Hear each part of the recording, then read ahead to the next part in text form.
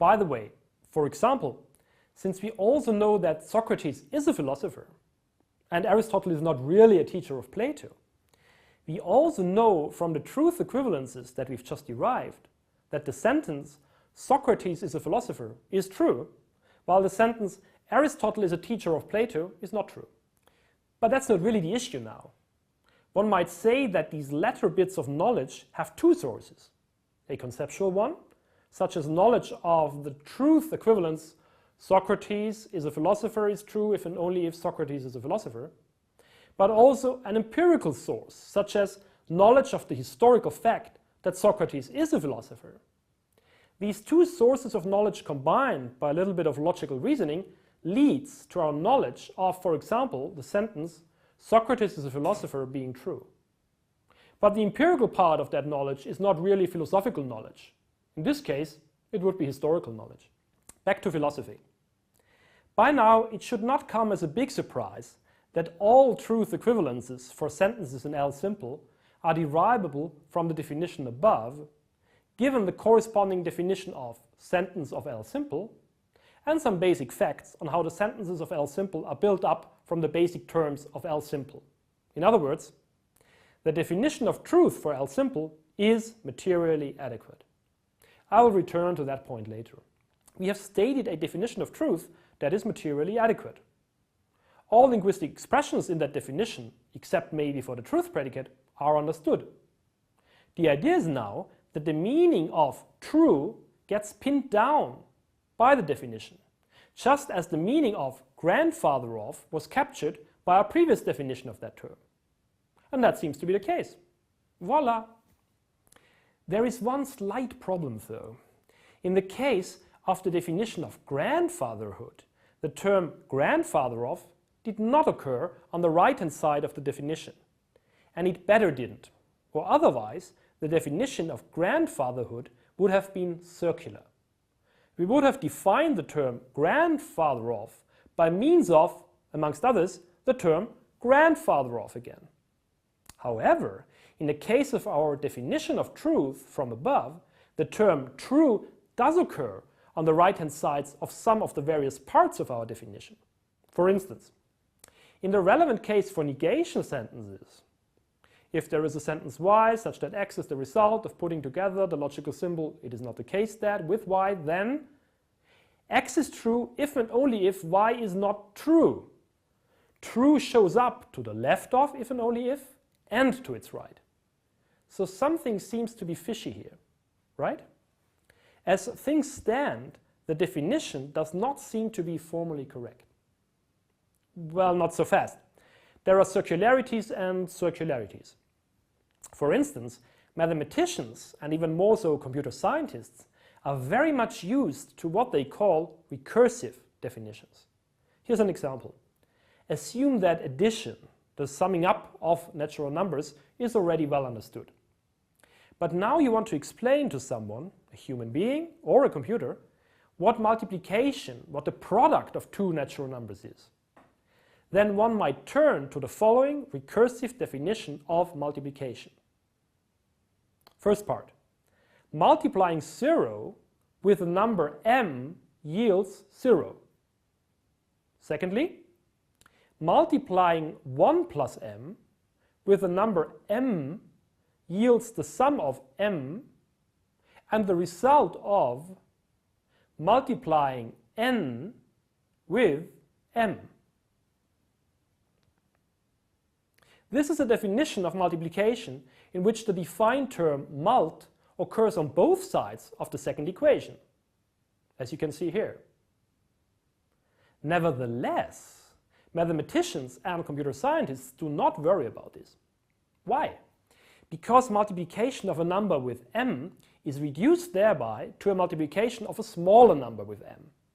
And the product of that smaller number with m is reduced to a multiplication of a yet smaller number with m, and so on, until the number that is to be multiplied with m becomes so small that it is 0. And that is exactly where the initial part of the definition applies. Multiplying 0 with m, that is equal to 0. And in that part of the definition, the term mult does not occur on the right-hand side of the equation anymore. The whole sequence of reductions by definition bottoms out in something that can be understood without any understanding of mult. Such recursive definitions are circular, but they are not viciously circular. Nothing bad follows from them. In fact, every good programmer knows how extremely useful recursive procedures can be. And all the standard programming languages allow for recursive procedures that, as it were, call themselves. Now exactly the same holds for the definition of true for sentences of L simple above. By our definition, the truth procedure calls itself. The truth condition for the complex sentence Socrates is a philosopher and Aristotle is not a teacher of Plato is determined by definition from the truth conditions for the simpler sentences Socrates is a philosopher and Aristotle is not a teacher of Plato. And the truth condition for the latter of these is determined by the truth conditions for the yet smaller sentence Aristotle is a teacher of Plato. Finally, the truth conditions for the maximally simple sentences Socrates is a philosopher and Aristotle is a teacher of Plato are formulated without invoking the term true anymore. If X is the result of putting together the name Socrates with the predicate is a philosopher, then X is true if and only if Socrates is a philosopher. If X is the result of putting together the name Aristotle with the predicate is a teacher of, and with the name Plato, then X is true if and only if Aristotle is a teacher of Plato. The only terms used on these right-hand sides are Socrates is a philosopher, Aristotle, Plato, and is a teacher of. The whole sequence of reduction by definition bottoms out in something that can be understood without any prior understanding of true.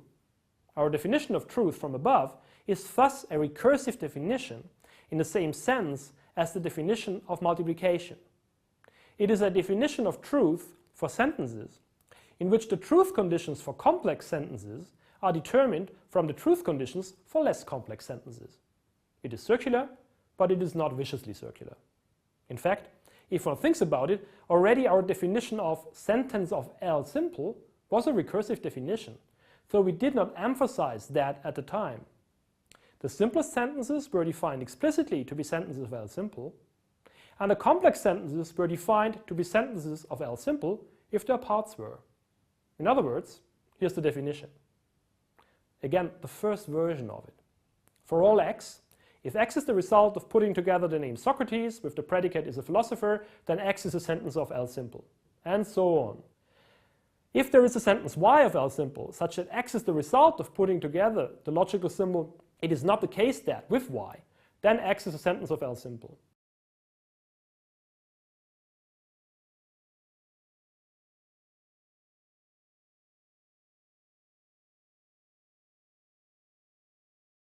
And so on. And nothing else is a sentence of L simple. Languages that are defined from a given vocabulary in such a precise recursive manner are called formal languages. So L simple is a formal language, and both the syntax of L simple, everything to do with vocabulary and grammar, and the semantics of L simple, everything to do with truth conditions, are recursive in nature. And this is not just a random coincidence or an artifact of the manner in which we set up our toy language L simple. Linguists and philosophers of language believe that pretty much the same is true of natural language in general. Indeed, if natural language were not recursive in this sense, it would be hard to explain how we are able to understand sentences which we have never seen or heard before. For example, I bet you have not ever seen the sentence, "It is not the case that Aristotle is a teacher of Tarski and Tarski is a teacher of Aristotle," before in your whole life. But still, by understanding its basic expressions, how these basic expressions are put together grammatically, and how the truth condition of a complex sentence, like that, depends on the truth conditions of its parts, you are able to understand the sentence. You understand the sentence says, it is not the case that both of the embedded sentences are true, that at least one of them is false, that therefore Aristotle is not a teacher of Tarski, or Tarski is not a teacher of Aristotle, or neither is a teacher of the other. Whether the sentence is actually true or not, that is what it says. Without grammar and truth conditions being recursive, you would not have been able to figure that out for a sentence that you haven't ever seen before.